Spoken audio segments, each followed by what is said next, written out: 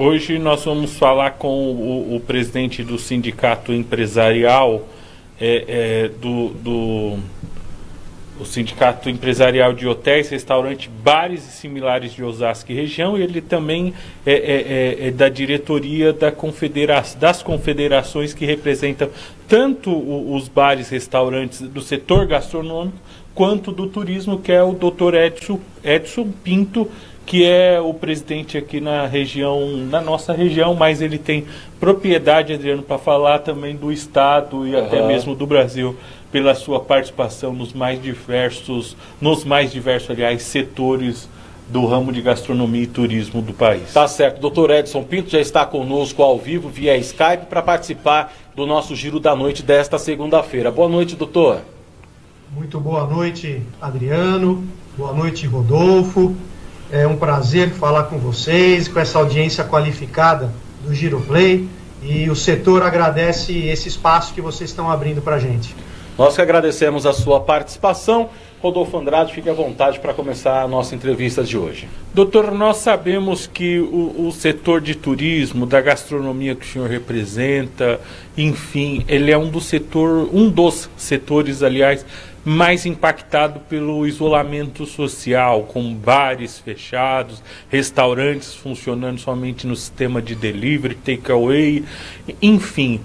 O governo do estado anunciou na semana retrasada a retomada gradual do segmento, com a apresentação dos protocolos sanitários.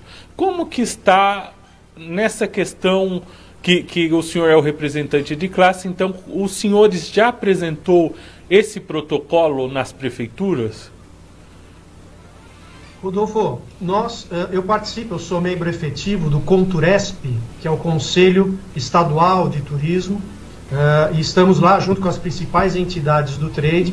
Eu participei ativamente do Plano São Paulo, que é o plano do governo do estado para a reabertura, e os diversos setores do turismo ali, junto com técnicos da Secretaria de Turismo, da Covisa estadual, da Secretaria de Abastecimento e outros órgãos governamentais, nós produzimos ali o protocolo dos diversos setores do turismo.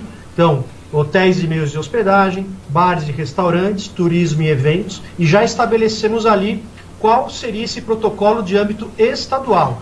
Esse trabalho está pronto, foi feito a várias mãos. O que acontece agora é que, estranhamente, começou pelo prefeito de São Paulo, ele orientando que os diversos setores apresentassem os seus planos. Então é um bis in idem. O trabalho já foi feito no âmbito estadual, agora o prefeito Bruno Covas pediu para que isso fosse feito em São Paulo. E Osasco replicou essa ideia de São Paulo, também estranhamente, de forma até desnecessária, para se refazer esse trabalho.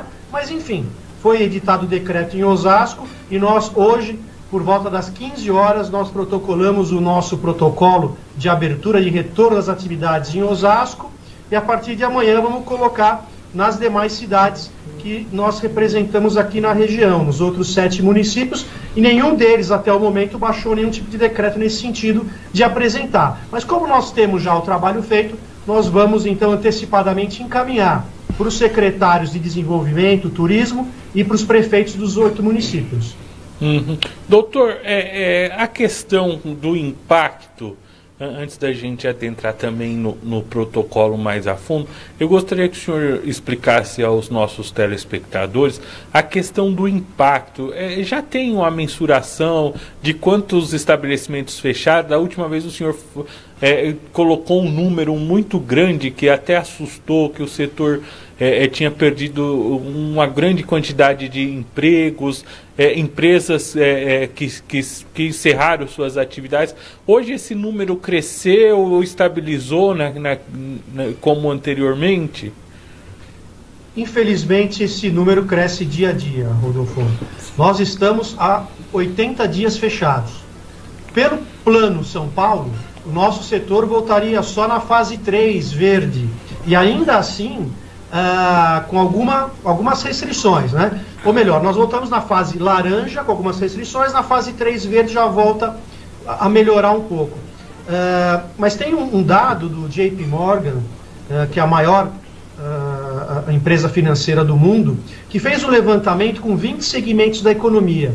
E eles diagnosticaram que o setor de bares e restaurantes é o mais sensível, que é o que aguenta menos tempo sem faturamento, porque é um setor que não consegue fazer um colchão de liquidez. Então, esse setor só aguentaria cerca de 16 dias parados. Nós estamos a 80 e, pelo Plano São Paulo, indo para 100 dias. Então, é o maior colapso de todos os tempos. Eu acho que as autoridades não têm dimensão do que vai acontecer, dessa tragédia econômica e social. Nós somos hoje, na região, eu acho que não interessa trazer muitos dados de âmbito nacional, né, Rodolfo? Vamos falar mais da nossa realidade aqui regional. Isso, doutor. Fica à vontade. Nós somos o maior gerador de empregos da região. Nós empregamos mais que a indústria, mais que o comércio, mais que o setor de serviços atualmente. Há uma expectativa, uma triste expectativa do fechamento de 30% das empresas. Aí estamos falando de cerca de 6 mil empresas fechadas até o final do ano. Metade disso já fechou.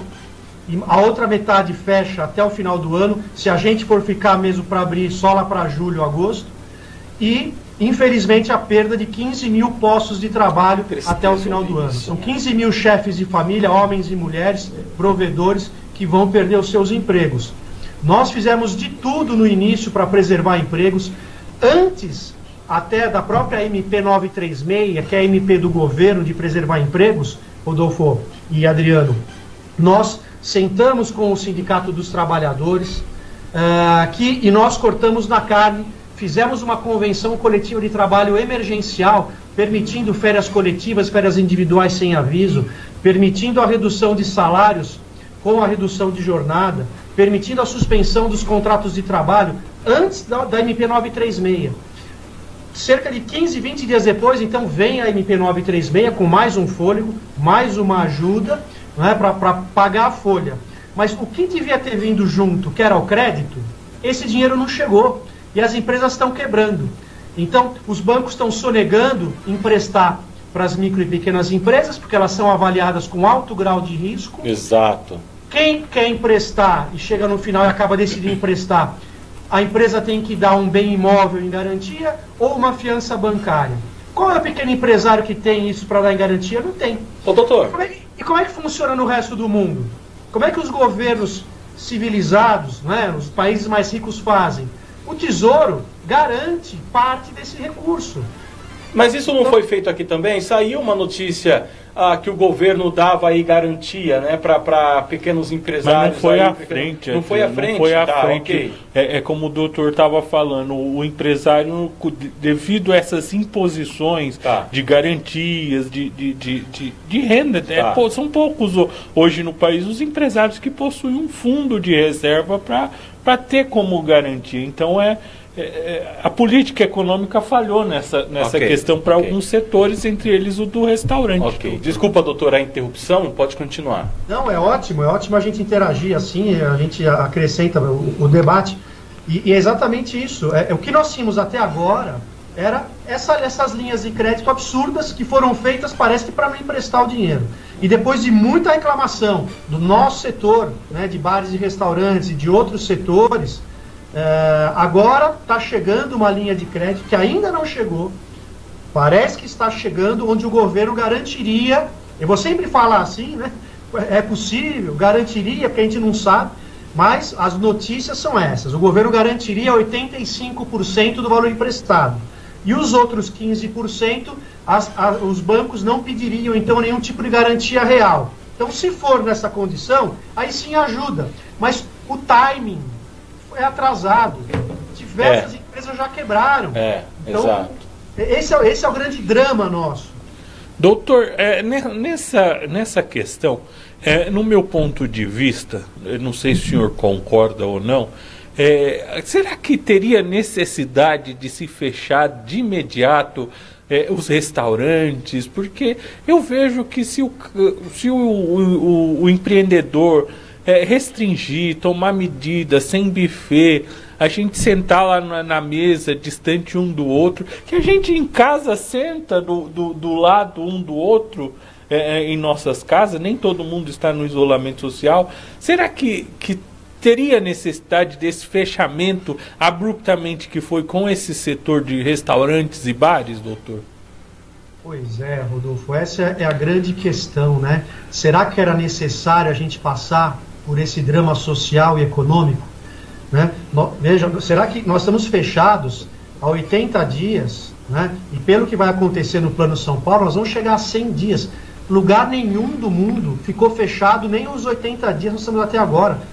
Nem Milão, que foi uma cidade, as cidades mais afetadas, né? Ficou tanto tempo fechado.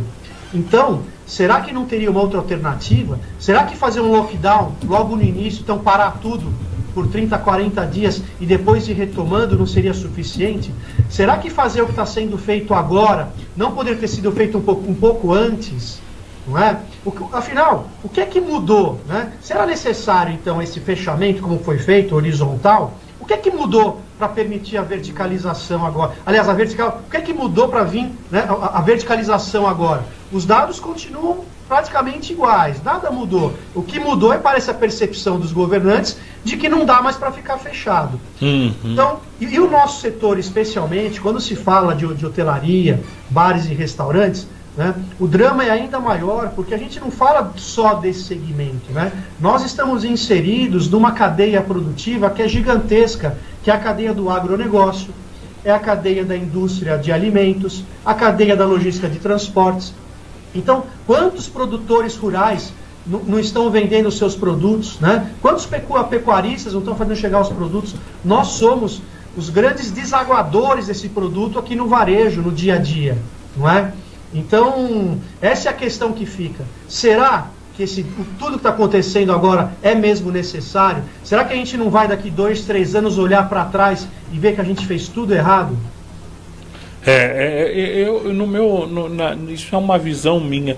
Eu acho que o restaurante ele é essencial. Eu não vejo motivo assim. É óbvio que não ia ser como antigamente, que a gente sentasse aglomerado. Dá para pular enfim. 1, 2 mesas, marca, já tem aquela coisa do agendar horário. Então, né, se o restaurante cabia 100, que agora caiba 50, sei lá, 30, né, mas que volte a funcionar. A gente está falando do restaurante, mas outros setores também desse segmento, né? Porque tem muitas empresas que estão trabalhando, indústrias, que o restaurante funciona normalmente. Exato. E, enfim, os próprios restaurantes públicos estão funcionando, apesar de ser você passa e leva a marmita, mas não vejo. Restaurante, sinceramente, se é óbvio que todos, assim como tá os protocolos desenvolvidos, como o doutor falou, eu não vejo. Esses estabelecimentos, doutor, estariam preparados para voltar a funcionar aí dentro dessa questão da higienização, né? Para estar aí tendo todos esses cuidados que nós sabemos que temos que ter. Isso é algo que já está certo ou não? Como está essa questão?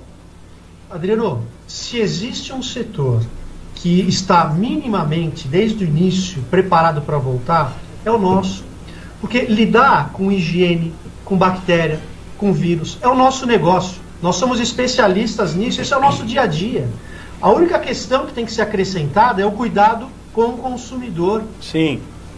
Então nós estamos desde sempre plenamente preparados. E ainda mais com essa cartilha, esse e-book que nós fizemos, e até eu quero então, recomendar a sua audiência qualificada, nossos internautas que acessem o senhoresosasco.com.br, senhores com I, e lá pode ter acesso para fazer o download da nossa cartilha, com todas as orientações de como inserir, não é, nessas questões de higiênico-sanitárias que nós já temos, inserir o cuidado com o cliente.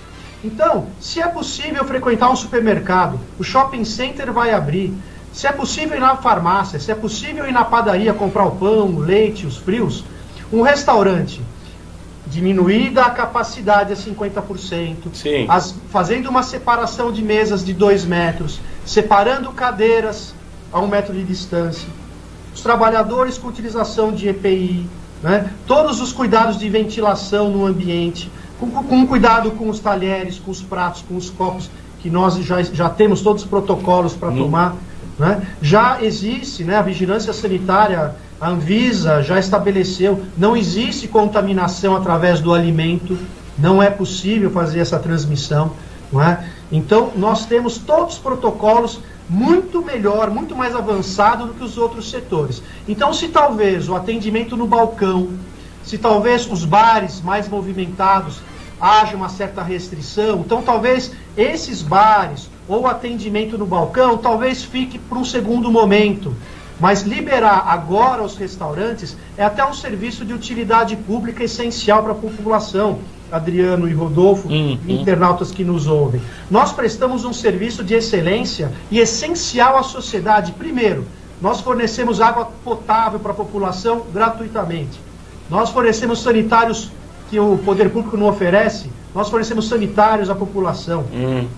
E alimentação de qualidade, balanceada e a custos populares. Agora nós vemos, Adriano e Rodolfo, milhares de pessoas já vão retornar ao seu trabalho agora, já a partir dessa semana. E aí eu pergunto, onde é que esses milhares de trabalhadores vão se alimentar pagando um ticket de refeição? Não existe delivery a um ticket de refeição. Exato. E mesmo o delivery, nós não temos delivery para atender toda essa demanda de pessoas. Então, eu apelo até os prefeitos que olhem para essa questão, porque a segurança alimentar do osasquense e dos cidadãos da região está gravemente comprometida. Então, vamos liberar os restaurantes para que voltem, para que a gente possa dar alimentação balanceada, de qualidade e a custos populares. Doutor, nessa questão que o senhor falou dos prefeitos, o senhor já tentou alguma tratativa com todos eles? Como é que está essa questão de que possa liberar, assim como vai liberar alguns setores agora? Como é que está essa situação? Eles estão, como é que se diz, abertos para receber os anseios dos bares e restaurantes, ou ainda nem conversou ainda com os representantes? Olha, a impressão que a gente tem, Rodolfo, é que os prefeitos têm vontade, sim, de flexibilizar, mas há uma pressão muito forte do governo do estado para que o Plano São Paulo seja seguido. Inclusive colocando, né, o Ministério Público ajuizando ações contra os prefeitos que têm intenção de flexibilizar, né? Até porque quem vai dizer a hora de voltar, né, não é o setor, não é a categoria, porque nós não temos especialistas para argumentar essa questão. Eu acho que travou aqui, está chegando bem? Está chegando, tá normal, tá normal. Desculpa, é que parecia que tinha travado aqui. Não, está tranquilo. Então, nós oficiamos ao governador João Dória, já está há cerca de uma semana com ele um ofício pedindo a flexibilização, pelo menos dos restaurantes nesse momento, colocando essa questão da segurança alimentar que está comprometida. Estamos aguardando ainda uma resposta do governo do estado, mas esse mesmo teor foi enviado aos 8 prefeitos também colocando essa questão, que pode, inclusive, contar com o apoio do nosso setor, para, se o Ministério Público ajuizar algum tipo de ação, nós orientarmos, instruirmos, né, entrarmos nessa ação junto com a Prefeitura, dando essa argumentação do risco que corre até de um colapso na alimentação das cidades. Mas lá atrás também, logo no início, nós oficiamos aos prefeitos pedindo a questão do diferimento do IPTU. Poucos municípios atenderam a gente. Oficiamos aos shopping centers pedindo a suspensão do pagamento dos aluguéis e do pagamento das taxas de publicidade. Todos os shopping centers da região, Rodolfo e Adriano, atenderam a gente. Quero até agradecer às administradoras que tiveram essa sensibilidade de suspender os aluguéis.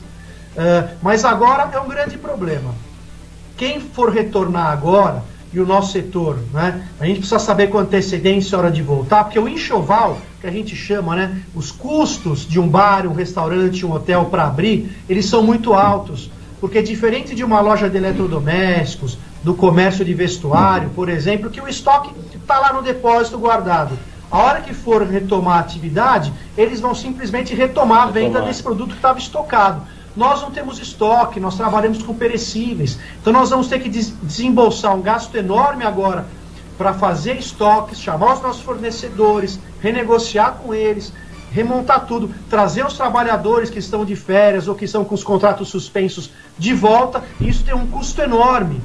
Então a gente não pode correr o risco também de fazer esse investimento e depois voltar para trás e ter que fechar. Então é um drama muito grande que a gente está passando agora. Isso que o senhor falou, hoje pela manhã, no Giro da Manhã, com a participação da nossa jornalista Vanessa Dainese, nós até mostramos aqui um vídeo, né, onde o prefeito de Itapevi, Igor Soares, estava ali conversando com comerciantes e tudo mais, deu até discussão ali na fala deles, na conversa deles, porque ele tinha prometido, né, a abertura dos comércios, e aí depois falou que não ia mais, teve ali um desencontro. E os comerciantes estavam todos bravos ali, porque, né, não ia abrir, alguns fizeram empréstimos, outros para reabrir, para pagar dívidas. E a Vanessa e eu falamos aqui pela manhã, né, o comerciante que acreditou ali no que o prefeito tinha falado, que falou, ok, vamos reabrir, então vamos nos preparar. Então aquele pequeno comerciante que de repente fez o empréstimo e comprou produtos para vender, ou para pagar algumas dívidas para poder reabrir. Se esse comerciante vende um produto que não é perecível, ele ainda consegue falar, ok, eu espero mais alguns dias para a gente poder vender, eu não vou ter prejuízo. Mas e aqueles comerciantes que trabalham com perecível, que é o que o senhor falou agora há pouco, né? Então, se a pessoa compra algum produto para fazer para ter o seu material, para vender o seu produto, e é algo perecível, e de repente ele não consegue trabalhar, ou seja, fica mais complicado ainda, já não tem dinheiro, fez empréstimo, comprou, não consegue reabrir, vira uma bola de neve e a situação vai piorar cada vez mais. E aí as pessoas começam a entrar no desespero, começam a descumprir leis, começam a passar por cima de regra, porque ninguém mais sabe o que fazer, né? Infelizmente nós temos acompanhado aí, nas periferias. Exatamente. Muita gente está abrindo comércio. A gente observa até uma desobediência civil. A gente brinca, fala, o pessoal está trabalhando. É triste nós falarmos que o trabalhador está trabalhando de forma ilegal, está cometendo um crime, mas vai fazer o quê? No centro da cidade, aí vale para Osasco e outras cidades também, ainda o comércio, você vê muitos comércios fechados, aqueles que podem estão abertos ou meia porta. Agora você vai para os bairros, não tem mais isso não, tá todo mundo trabalhando, porque o povo precisa sobreviver, precisa fazer alguma coisa, né? Exatamente, a gente não pode fazer juízo de valor e recriminar essas pessoas. Exato. Com certeza, o empresário que decidiu correr o risco de perder o seu alvará, de eventualmente até ser detido pela polícia, né? Ele não está fazendo isso porque quer. Porque quer, exatamente. É uma questão de necessidade mesmo. É importante a gente pontuar que atrás de um CNPJ de uma empresa tem um ou vários CPFs. Exatamente. Né, que são pais de família ali, que decidiram empreender, que geram emprego e que precisam colocar comida na mesa da sua família também. Então é um drama muito grande. Agora, quanto ao pessoal de Itapevi, o associado dos senhores e aqueles empresários de bares e restaurantes que não acompanham a nossa rede social, nosso Facebook, o nosso site, esse não gastou dinheiro, não correu risco, porque ele já sabia antecipadamente que não ia abrir. Então, deve ter sido uma falha de comunicação da prefeitura, mas eu oriento, né? Nós temos cotidianamente notícias nas nossas redes sociais para bem informar o empresário do nosso segmento do que está acontecendo, porque nós percebemos realmente que a orientação central vem do governo do estado. E os prefeitos estão à mercê das decisões do governo. Então, não adianta o prefeito querer fazer, porque vai vir o Ministério Público local, há um entendimento dos ministérios públicos, que na minha opinião estão fazendo ativismo político. Eu ia falar isso agora. Não há um entendimento jurisprudencial nem na doutrina, né? Diz que prefeituras e o governo do estado são concorrentes, são competências concorrentes para legislar. Mas o Ministério Público entende que as prefeituras não podem ir a mais, ir além do que determinou o governo do estado. Só pode ir a quem? Ficar abaixo do que o governo do estado delimitou. Isso é discutível em juízo. Agora, cabe aos prefeitos também recorrerem serem proativos e recorrerem das decisões. Não aceitarem de imediato, né, um simples aviso, um alerta do Ministério. Olha, nós vamos entrar com ação. E aí os prefeitos retiram. É uma decisão muito cômoda também essa posição. Há que se enfrentar também, digo, né, nos termos jurídicos e técnicos, fazer um confronto de ideias jurídicas nesse fórum adequado, que é judicial, e discutir, para ver até que ponto pode a prefeitura flexibilizar ou não. Eu acho que seria importante a gente avançar até para ter esse entendimento. Tá certo, infelizmente a política... É uma situação complicada. É uma coisa que só para não tomar muito tempo do doutor, é uma coisa estranha.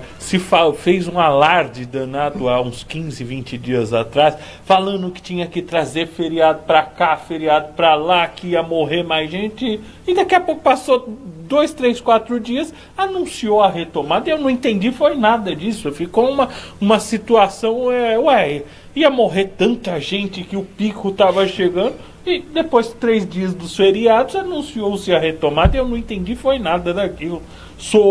Para mim pareceu como uma coisa que é um alarde e depois uma flexibilidade. Eu não entendi aquilo. Acho que nem eles sabem o que eles estão fazendo. Estão indo na onda do vamos fazer política, vamos ver o que a gente ganha com isso politicamente.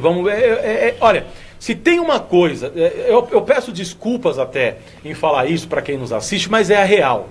Se tem uma coisa que esses caras não fazem, é política para o povo. É trabalhar para o povo, é pelo bem do povo. Esquece, não faz. Se falar que faz, é mentira, é balela. Os caras estão lá para fazer seu jogo de interesse pessoal e político. E ponto final. Quem quiser discutir isso, que discuta com a gente, que a gente vai para o arrebento aqui. Porque quem está sofrendo nessa ponta, como sempre sofre, é o pobre. É o pobre pequeno, e é o trabalhador, é o pequeno. Essa é a questão. É isso.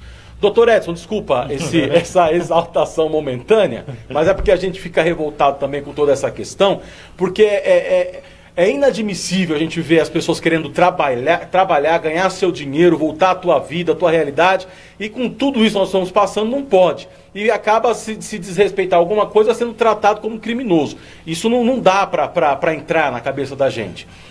Ainda mais pra gente que escolhe fazer jornalismo pro povo, né, Rodolfo? Pra quem realmente...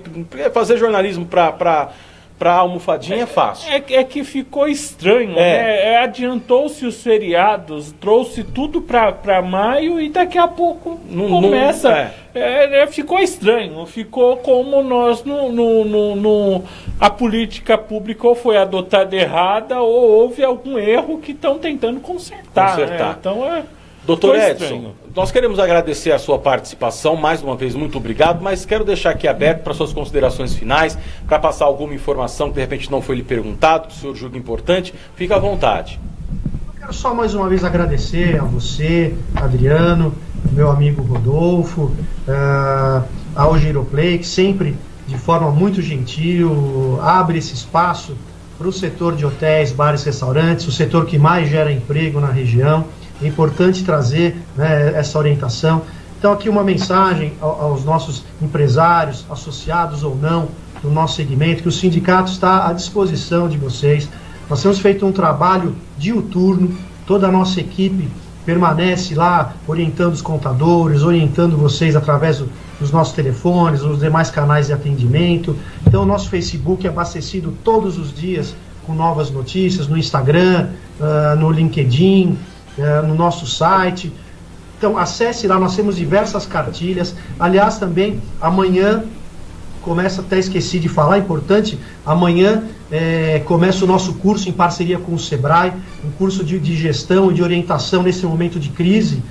Senhores e Sebrae juntos para orientar os empresários. Acho que ainda restam algumas vagas, ainda dá tempo. Entra no nosso site, lá tem o caminho todo para fazer a inscrição. É um curso totalmente online, totalmente gratuito para os empresários aproveitar esse momento de pandemia para se atualizar, se especializar. Eu faço a abertura da primeira aula do curso amanhã, acho que são 8 aulas e todas online. Então, um abraço aqui a todos os empresários, façam a inscrição, acessem o nosso site, acessem o nosso Facebook, contem sempre com os senhores. Muito obrigado a vocês mais uma vez. Obrigado. Obrigado, doutor. Boa noite mais uma vez pela sua disponibilidade em estar aqui conosco. Muito obrigado e até a próxima. Obrigado, doutor. Nós que agradecemos. Uma boa noite para o senhor. Bom começo de semana aí. Para nós.